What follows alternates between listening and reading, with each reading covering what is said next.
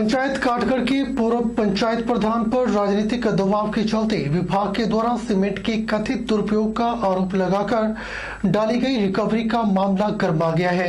रविवार को पूर्व कांग्रेसी प्रधान काठगढ़ रानी देवी के समर्थन में इंदौरा कांग्रेस मंडल के समस्त पदाधिकारी इंदौरा मंडलाध्यक्ष देवेंद्र सिंह मरकोटिया के नेतृत्व में काठगढ़ पहुंचे और गोदाम में रखे सीमेंट को जांचा।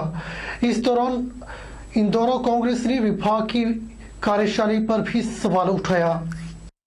इंदौरा वरिष्ठ कांग्रेसी नेता कमल, पूर्व प्रत्याशी कमल किशोर, इंदौरा अल्पसंख्यक के अध्यक्ष मोहम्मद सलीम, ओबीसी के अध्यक्ष रणधीर सिंह, पंचायती राज के अध्यक्ष राजेश ठाकुर सहित अन्य कांग्रेसी पदाधिकारियों ने काठगढ़ पहुंचकर पूर्व प्रधान के साथ हो रहे अत्याचार के खिलाफ अपने स्वर मुखर किए। उन्होंने कहा कि भाजपा सरकार के चलते कांग्रेसी प्रधान के साथ विभाग राजनीतिक दबाव के कारण पक्षपात कर रहा है। प्रधान के पास पड़ा सीमेंट इस्तेमाल योग्य है, इसके बावजूद विभाग का कोई भी अधिकारी आज तक गोदाम में आकर यह सुनिश्चित करने नहीं पहुंचा कि सीमेंट की क्या स्थिति है। बिना जांच के विभाग के द्वारा सही सीमेंट को खराब बताकर पूर्व प्रधान पर अकारण रिकवरी डाल दी गई, जो कि कदापि बर्दाश्त नहीं की जाएगी।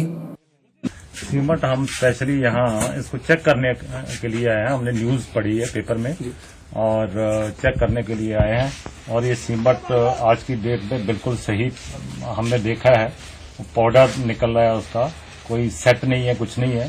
तो ये हमें तो ये लगता है कि ये राजनीति द्वेष के कारण इसको बिना चेक किए हुए ही बता दिया गया कि सीमेंट खराब हो गया। ज्वालामुखी बस स्टैंड में उस समय माहौल गर्मा गया जब हरियाणा की एक गाड़ी में सवार श्रद्धालु युवक निजी पार्किंग कर्मी से भिड़ गया।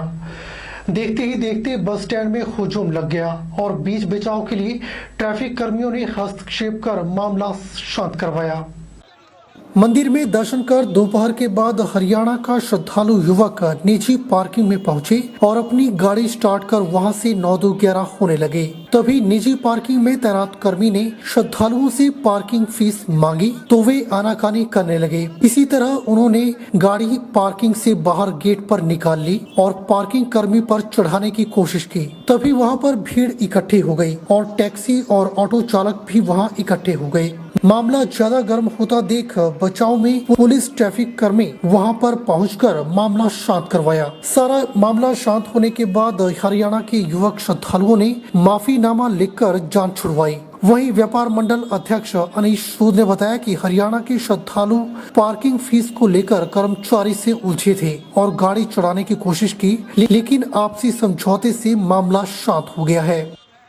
आज ज्वालामुखी में रतिया से हरियाणा से यात्रियों ने गाड़ी पार्क की।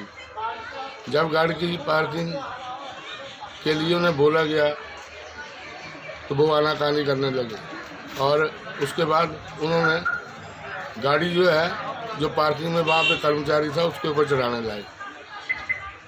तो उसमें थोड़ा बहुत कहा-सुनी हुई। उसके बाद उन्होंने माफ़ी मांग ली और मामला वो वहीं पे खत्म कर दिया। नालागढ़ उपमंडल के अंतर्गत 11 से 14 अप्रैल तक कोविड-19 टीकाकरण महोत्सव मनाया जा रहा है। वैश्विक महामारी कोरोना वायरस से बचाव और इसकी रोकथाम के लिए चलाई जा रही इस टीकाकरण महोत्सव अभियान में 45 वर्ष और इससे अधिक आयु वर्ग के नागरिकों का न केवल टीकाकरण किया जाएगा बल्कि उन्हें कोरोना वायरस की रोकथाम में इस टीकाकरण के महत्व के बारे में भी जागरूक किया जाएगा।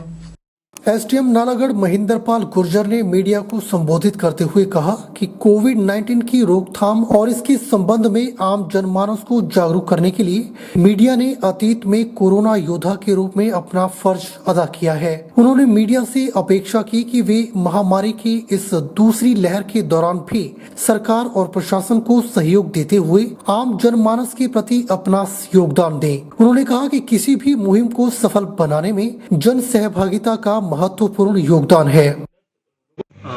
जो एक मिशन दायित्व हमने योजना चलाई है टीकाकरण को सफल बनाने के लिए, उसके अंतर्गत जो भी स्कूल, कॉलेज और यूनिवर्सिटी के छात्र हैं जिनके माता पिता 45 साल से अधिक की आयु हैं, उनको अपने माता पिताओं को प्रेरित करना है टीकाकरण के लिए, उनकी शंका समस्याओं का समाधान करना है और उनका टीकाकरण करवाना है। उसके बाद उनको अपने पेरेंट्स की जो सेल्फी है टीकाकरण की वो हमारे साथ शेयर करनी है।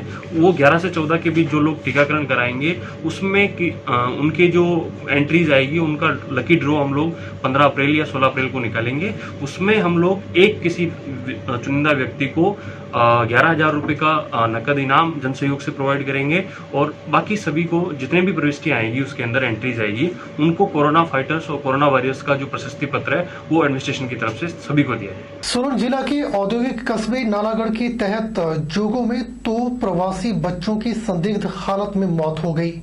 बताया जा रहा है कि 3 भाई बहनों ने पपीते के पत्तों का काढ़ा पिया था जिससे उनकी तबीयत बिगड़ गई और 2 बच्चों की मौत हो गई, जबकि एक गंभीर हालत में पीजीआई चंडीगढ़ में उपचाराधीन है।